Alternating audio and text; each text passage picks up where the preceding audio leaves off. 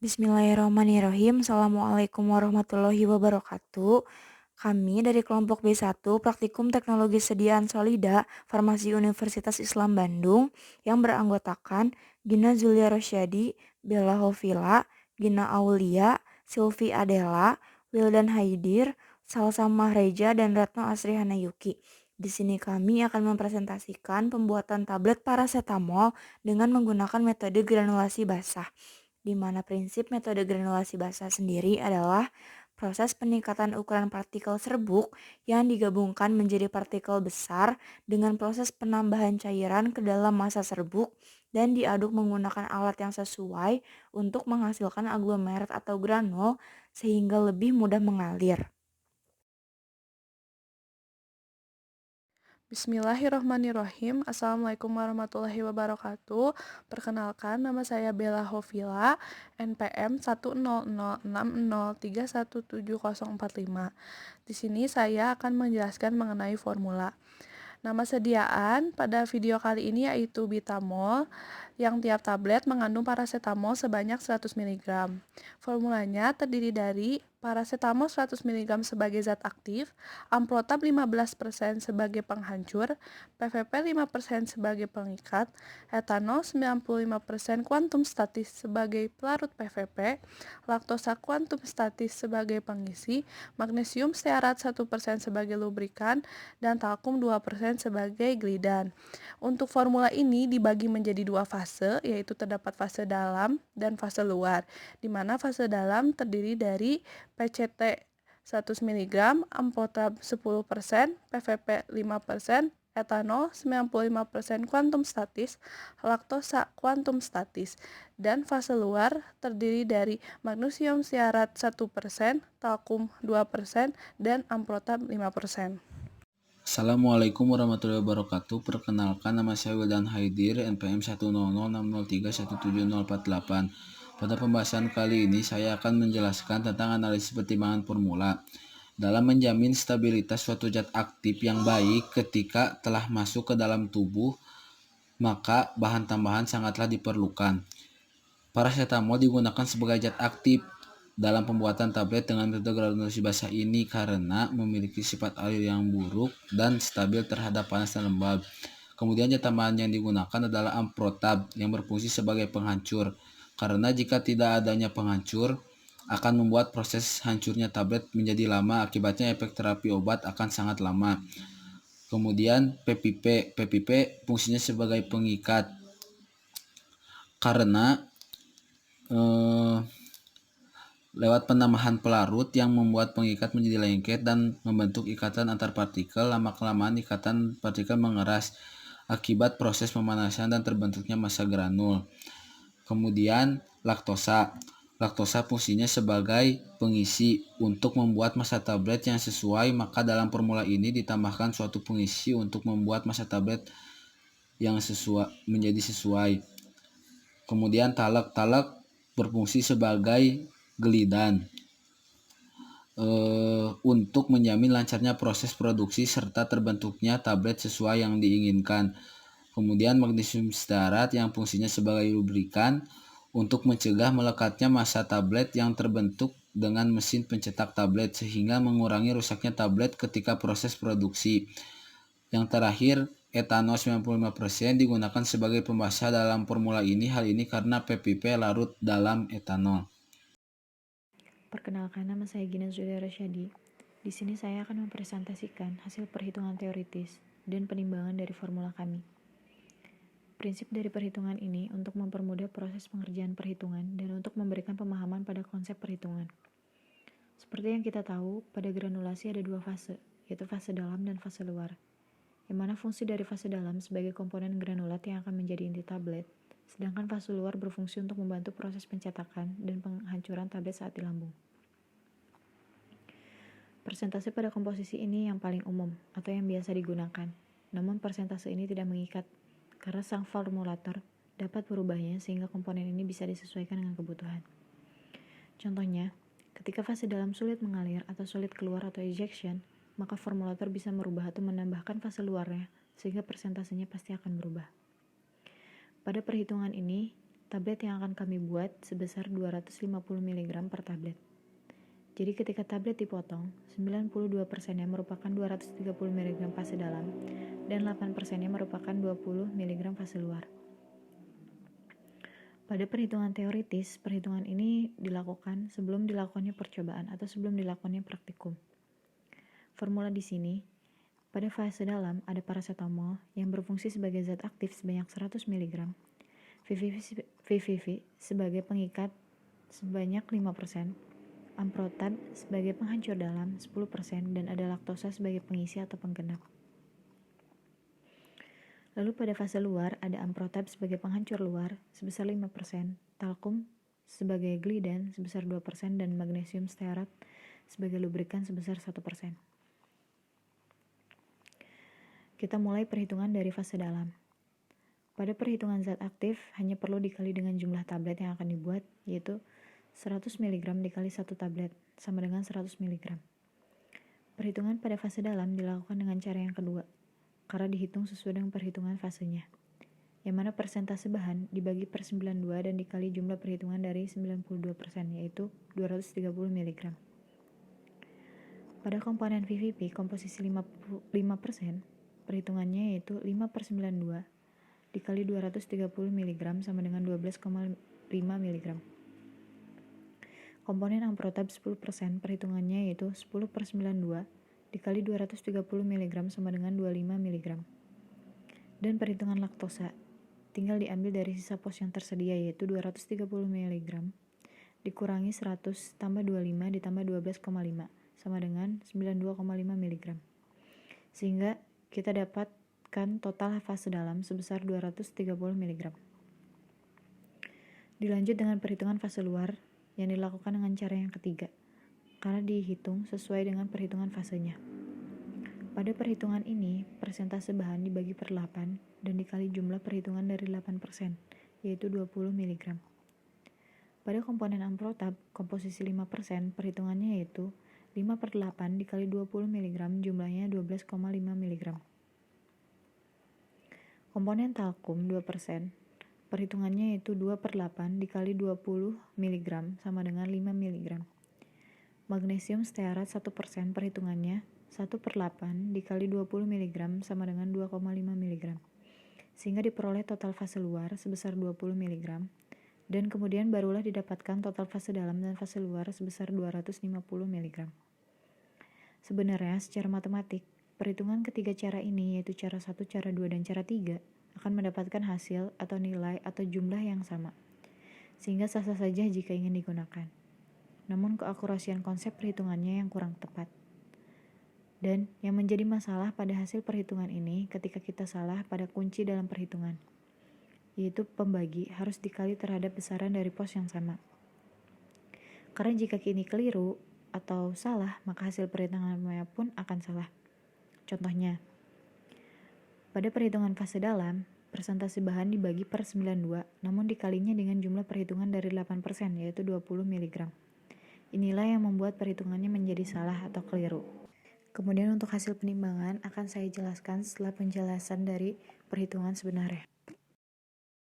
Perkenalkan, nama saya Gina Aulia, NPM 10060031746. Di sini saya akan menjelaskan tentang perhitungan sebenarnya, di mana selain perhitungan teoritis, terdapat pula perhitungan sebenarnya dari pembuatan tablet dengan metode granulasi basah yang akan dijelaskan dengan menggunakan tabel, di mana perhitungan sebenarnya ini hanya berlaku untuk perhitungan fase luar saja, yang faktor pengalinya dilakukan terhadap data perolehan dari massa granulat saat praktikum. Pada saat praktikum, didapatkan massa granulat seberat 224 mg per tablet. Perhitungan pertama yaitu 8% terhadap tablet utuh, yaitu 8 per 100 dikali 250 mg, yaitu 20 mg. Kondisi tersebut merupakan kondisi teoritis, namun tidak akurat secara logika dan matematikanya, sehingga perhitungan tersebut tidak dapat digunakan. Yang kedua, ada 8 per 92 terhadap fase dalam. 8 per 92 dikali 230 mg sama dengan 20 mg. Kondisi tersebut merupakan kondisi teoritis yang akurat dan rasional secara logika matematika, tetapi kondisi yang diinginkan merupakan kondisi percobaan, bukan merupakan kondisi teoritis, sehingga perhitungan tersebut tidak dapat digunakan. Yang ketiga, yaitu 8% terhadap fase dalam, yaitu 8/100 dikali 230 mg, yaitu 18,4 mg. Keadaan tersebut tidak rasional karena besaran 100% adalah 250 mg, sehingga perhitungan tersebut tidak dapat digunakan. Selanjutnya, ada 8% terhadap massa granulat, yaitu 8/100 dikali 224 mg, yaitu 17,92 mg. Keadaan tersebut tidak rasional karena 224 mg itu bukan lagi besaran 100%, tetapi keadaan menyusut, sehingga perhitungan tersebut tidak dapat digunakan. Dan yang terakhir itu ada 8/92 terhadap massa granulat. 8/92 kali 224 mg yaitu 19,47 mg. Kondisi tersebut kondisi rasional, di mana 8 merupakan persentase dari fase luar dan 92 adalah persentase dari fase dalam yang akan diselimuti oleh fase luar. Kemudian dikali dengan massa granulat yang didapatkan dari hasil praktikum atau percobaan, sehingga perhitungan tersebut dapat digunakan untuk menghitung bahan yang dibutuhkan untuk fase luar. Yang pertama itu ada amprotab, berfungsi sebagai penghancur luar, memiliki konsentrasi 5%, sehingga 5/92 dikali 224 mg yaitu 12,17 mg. Kemudian ada talkum sebagai glidan dengan konsentrasi 2%, sehingga 2/92 dikali 224 mg yaitu 4,86 mg.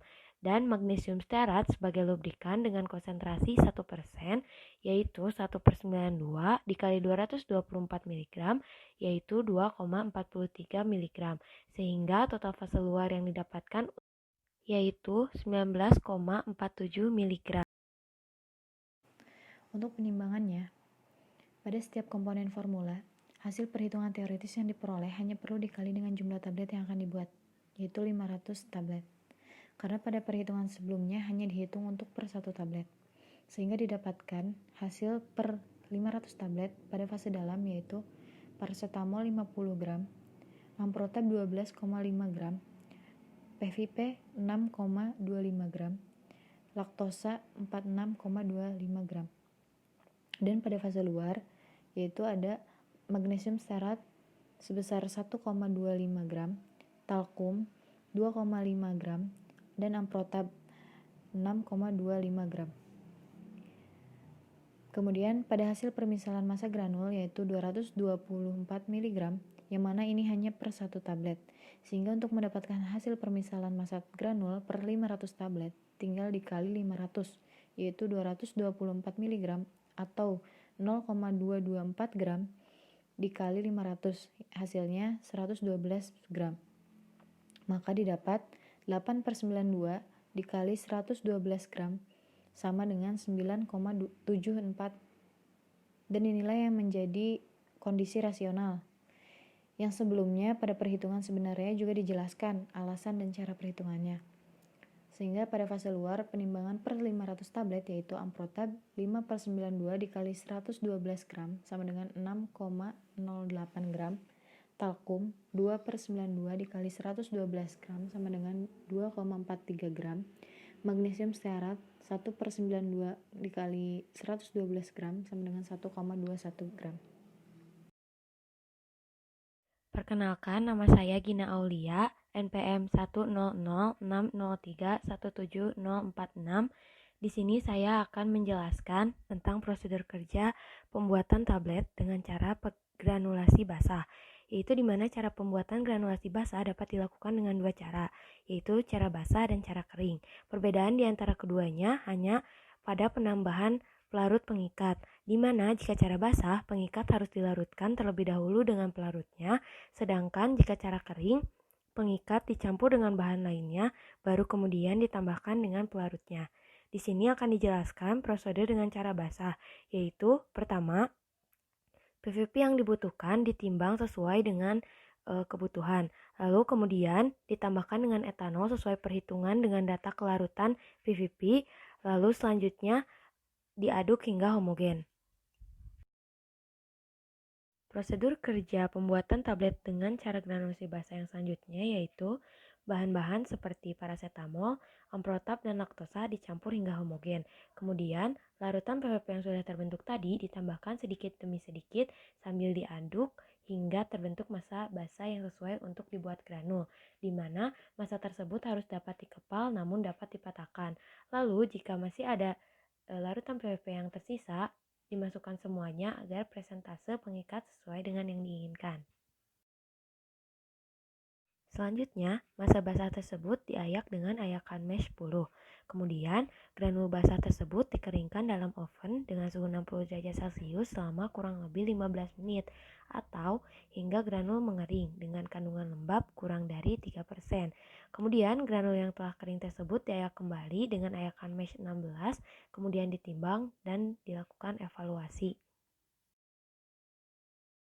Lalu selanjutnya, granul yang telah memenuhi syarat tersebut dapat dicampur dengan fasa luar berupa talk dan amprotap, kemudian diaduk hingga 10 menit hingga homogen. Kemudian, baru ditambahkan magnesium stearat dan diaduk selama 2 menit. Lalu, massa siap cetak tersebut dapat dievaluasi kemudian ditabletasi dengan menggunakan punch diameter 13 mm dengan bobot yang telah ditentukan. Lalu, setelah tablet terbentuk, tablet dapat dievaluasi menurut persyaratan yang berlaku. Assalamualaikum warahmatullahi wabarakatuh. Perkenalkan, nama saya Silvi Adela Mandasari, NPM 1006031717047. Kali ini saya akan menjelaskan mengenai evaluasi. Evaluasi dilakukan untuk mengetahui atau memeriksa kualitas dari sediaan yang telah kita buat memenuhi persyaratan atau tidak. Evaluasi yang pertama kita lakukan adalah uji kelembaban. Uji kelembaban berfungsi untuk mengontrol kandungan lembab granul sehingga tidak akan menimbulkan masalah pada proses pencetakan dan produk akhir tablet. Evaluasi ini memiliki prinsip menetapkan kadar air dalam kandungan massa serbuk atau granul melalui proses pemanasan. Evaluasi uji kelembaban ini menggunakan alat Nuster Analytical Balance. Alat ini menentukan massa yang hilang berupa air atau komponen yang mudah menguap selama pemanasan pada suhu tertentu. Berdasarkan hasil pengujian tersebut, diperoleh data pengamatan bahwa nilai kadar air sebanyak 2,43%. Hal ini memenuhi syarat karena masuk ke dalam rentang. Hasil ini juga dikatakan cukup baik karena jika persentase lebih dari 3% dapat mengganggu proses aliran yang menyebabkan penempelan pada mesin dan meningkatkan resiko pertumbuhan mikroba. Sedangkan kadar lembab yang rendah atau kurang dari 1% menyebabkan granul mudah rapuh. Selanjutnya adalah evaluasi uji sifat alir. Uji ini dilakukan untuk mengetahui golongan sifat alir dari suatu granul yang dinyatakan dalam kecepatan alirnya. Uji sifat alir ini dilakukan dengan dua metode. Yang pertama yaitu metode corong, dengan prinsip menetapkan jumlah granul yang mengalir melalui alat selama waktu tertentu. Dan yang kedua, metode sudut baring, dengan prinsip pengukuran sudut yang terbentuk dari lereng timbunan granul yang mengalir bebas dari corong terhadap suatu bidang datar. Alat yang digunakan dalam evaluasi ini adalah flow tester. Dari pengujian ini didapatkan hasil granul memiliki laju alir yang baik karena lebih dari 10 gram per second. Yang didapatkan yaitu sebesar 11,07 gram per second. Dan granul memiliki sifat alir yang mudah mengalir karena sudut baring di antara 30-38 derajat. Yang didapatkan yaitu sebesar 31,38 derajat. Selanjutnya adalah evaluasi uji distribusi ukuran partikel. Uji ini bertujuan untuk melihat keseragaman dan distribusi ukuran granul yang dihasilkan. Pengujian ini menggunakan alat granulometer, yaitu berupa susunan mesh atau ayakan dengan nomor mesh paling kecil berada di paling atas. Semakin besar nomor mesh, maka partikel yang dihasilkan semakin kecil atau halus. Ukuran granul yang baik yaitu berada pada mes nomor 60. Mes nomor 60 digunakan sebagai persyaratan karena granul yang tertampung pada mes tersebut berukuran tidak terlalu besar dan tidak terlalu kecil. Berdasarkan hasil data pengamatan yang diperoleh dari formula kami, dari evaluasi ini adalah granul tidak memenuhi syarat karena persentase total mes 3 dan 4 kurang dari 40%. Assalamualaikum warahmatullahi wabarakatuh. Perkenalkan, nama saya Salsa Mahrajaris Baya Darmawan dari kelompok B1 dengan NPM 10060317049. Di sini saya akan melanjutkan pembahasan mengenai uji evaluasi granul, yaitu uji bobot jenis. Uji bobot jenis memiliki prinsip menetapkan densitas atau kerapatan massa granul per satuan volume. Dapat kita lihat alatnya yaitu tape density tester. Uji bobot jenis ini terdiri dari beberapa pengujian, diantaranya ada bobot jenis nyata, bobot jenis mampat, bobot jenis jati, angka Hausner, kadar kemampatan, dan persen kompresibilitas. Untuk yang pertama, bobot jenis nyata. Bobot jenis nyata yaitu perbandingan massa terhadap volume dan sejumlah serbuk yang dituang bebas ke dalam suatu gelas ukur. Setelah melakukan pengujian, didapatkan data berupa bobot dan volume. Lalu dilakukan perhitungan, diperolehlah hasil.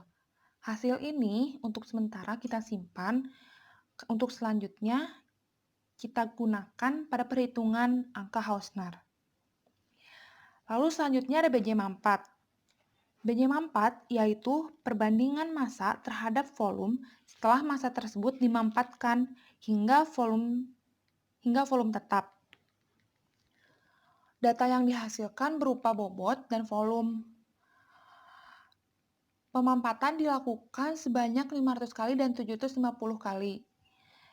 Setelah melakukan perhitungan, angka tersebut disimpan untuk selanjutnya digunakan pada perhitungan persen kompresibilitas.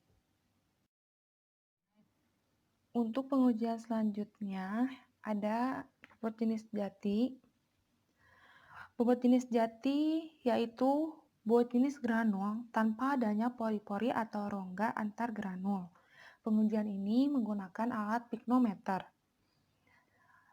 Setelah melakukan pengujian, dilakukan perhitungan, didapatkanlah bobot jenis jati dari formula 1 sebesar 1,339 gram per mililiter. Selanjutnya ada angka Hausner. Angka Hausner yaitu angka yang diperoleh dari rasio atau perbandingan bobot jenis setelah pemampatan dengan bobot jenis sebelum pemampatan. Dilakukan perhitungan, didapatkanlah angka Hausner sebesar 1,289. Penafsiran hasil pada angka Hausner yaitu granul memenuhi syarat jika angka Hausner sama dengan 1.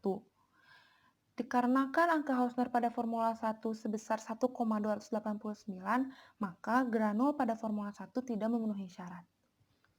Selanjutnya, kadar kemampatan. Kadar kemampatan yaitu presentasi pemampatan granul setelah pengetukan, yakni presentasi dari selisih antara volume granul sebelum dengan setelah pemampatan dengan ketukan 500 kali dibagi volume granul sebelum pemampatan. Setelah dilakukan perhitungan pada pengetukan 500 kali, diperolehlah hasil 19,05%.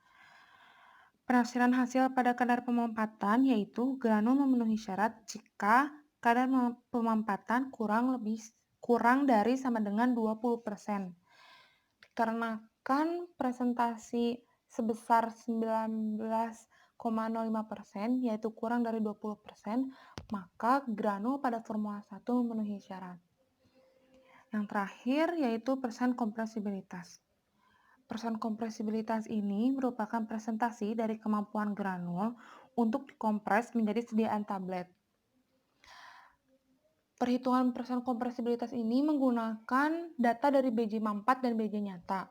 Kemudian dihitung diperolehlah persen kompresibilitas sebesar 22,48%.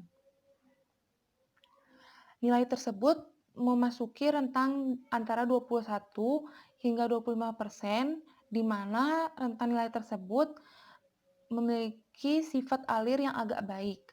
Maka granul pada Formula 1 memiliki sifat alir agak baik karena pada rentang persen 21 hingga 25%, yaitu dengan nilai 22,48%.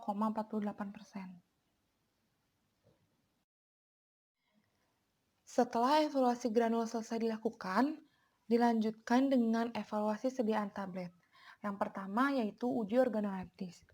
Uji organoleptis yaitu pengujian yang dilakukan untuk melihat karakter fisik sediaan tablet yang telah dibuat, meliputi bentuk, warna, dan bau. Penafsiran hasil dari uji ini yaitu memiliki bentuk yang padat, warna yang sesuai dan tidak berubah, serta bau yang tidak berbau. Hasil dari pengamatan, tablet yang digunakan pada masing-masing formula yaitu sebanyak 20 tablet, memiliki bentuk yang padat, warna putih, dan tidak berbau. Maka kesimpulannya, formula memenuhi syarat karena sesuai dengan penafsiran hasil. Uji evaluasi sediaan selanjutnya yaitu uji keseragaman ukuran. Uji keseragaman ukuran yaitu pengujian yang dilakukan untuk melihat karakter fisik sediaan tablet yang telah dibuat, meliputi keseragaman diameter dan keseragaman tebal. Prinsip dari uji keseragaman ukuran ini yaitu melihat keseragaman dari proporsionalitas antara diameter dan ketebalan tablet yang dibuat. Alat yang digunakan yaitu micrometer scale. Setelah dilakukan pengamatan kepada sebanyak 20 tablet, dihitung rata-rata dan dilakukan perhitungan lebih lanjut untuk dibandingkan dengan penafsiran hasil, di mana penafsiran hasil pada uji keseragaman ukuran adalah diameter tablet tidak lebih dari 3 kali dan tidak kurang dari 4/3 tebal tablet. Kesimpulan dari pengujian ini, granul Formula 1 memenuhi syarat karena tablet memiliki ukuran yang tidak lebih dari 3 kali dan tidak kurang dari 4/3 diameter tablet. Selanjutnya, uji kekerasan tablet. Uji kekerasan tablet ini merupakan pengujian yang dilakukan untuk melihat kekerasan sediaan tablet yang telah dibuat. Kekerasan tablet ini akan berpengaruh terhadap ketahanan fisik tablet terhadap kejatuhan atau friabilitas dan gesekan atau friksibilitas, serta waktu hancur sediaan tablet. Prinsip dari uji kekerasan ini yaitu melihat keseragaman dari proporsionalitas antara bobot dan tebal tablet yang diukur berdasarkan rasio beban yang diberikan per luas permukaan tablet.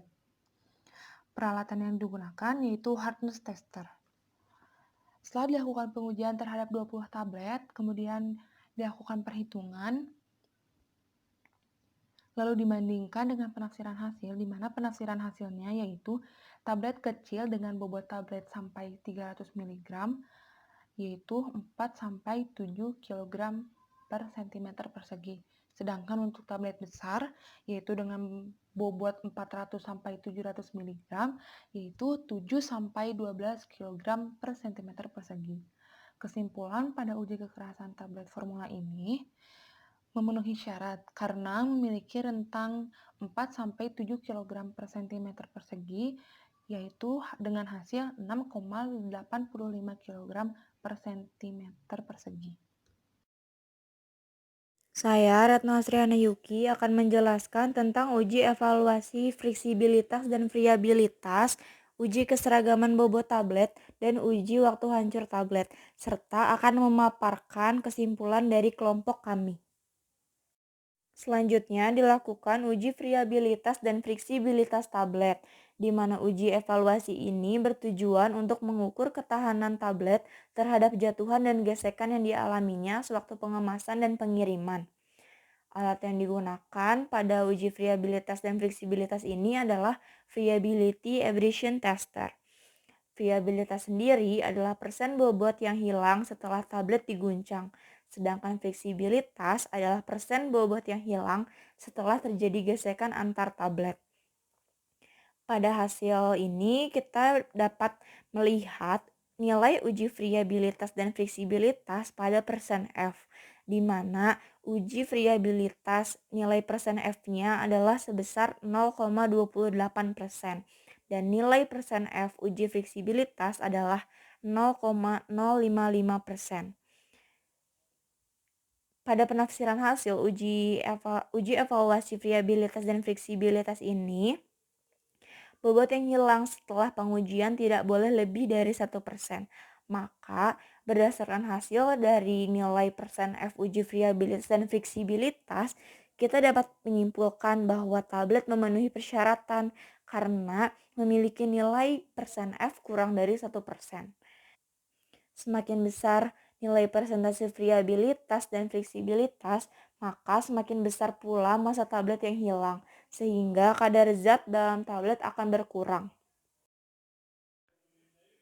Selanjutnya dilakukan uji keseragaman bobot tablet, di mana uji evaluasi ini dimaksudkan untuk melihat bobot tablet yang dihasilkan mesin cetak, karena mesin cetak sendiri tidak memiliki kemampuan untuk membuat tablet yang 100% seragam. Berdasarkan hasil penafsiran, tidak boleh ada dua tablet yang masing-masing menyimpang lebih besar dari harga yang ditetapkan pada kolom A dari bobot rata-rata, dan tidak boleh ada satu tablet pun yang menyimpang dari harga pada kolom B. Nah, didapatkan hasil range kolom A yaitu 224,433 sampai 260,827 mg, dan hasil range kolom B yaitu 206,235 sampai 279,235 mg. Berdasarkan hasil yang diperoleh dari kelompok kami, kita dapat menyimpulkan bahwa tablet dengan Formula 1 ini memenuhi persyaratan karena tidak ada satupun tablet yang memiliki simpangan dari harga kolom A dan harga kolom B. Selanjutnya dilakukan uji waktu hancur tablet, di mana uji evaluasi ini untuk mengetahui waktu yang dibutuhkan tablet untuk hancur dalam media yang telah ditentukan. Alat yang digunakan adalah disintegrator tester. Penafsiran hasil pada waktu hancur tablet ini yaitu tablet hancur jika tidak ada bagian tablet yang tertinggal di atas kasa atau terkecuali seperti pernyataan yang disebutkan sebelumnya. Yang pertama, waktu yang diperlukan untuk menghancurkan ke-6 tablet tidak lebih dari 15 menit untuk tablet yang tidak bersalut atau sesuai dengan waktu yang ditentukan pada monografi. Yang kedua, bila satu tablet atau dua tablet tidak hancur sempurna, ulangi pengujian dengan 12 tablet lainnya. Tidak kurang 16 dari 18 tablet yang diuji harus hancur sempurna. Berdasarkan hasil yang diperoleh, tablet 1 sampai 6 memiliki waktu hancur kurang dari 15 menit. Maka kita dapat menyimpulkan bahwa tablet dengan Formula 1 ini memenuhi persyaratan karena tidak ada waktu hancur yang lebih dari 15 menit.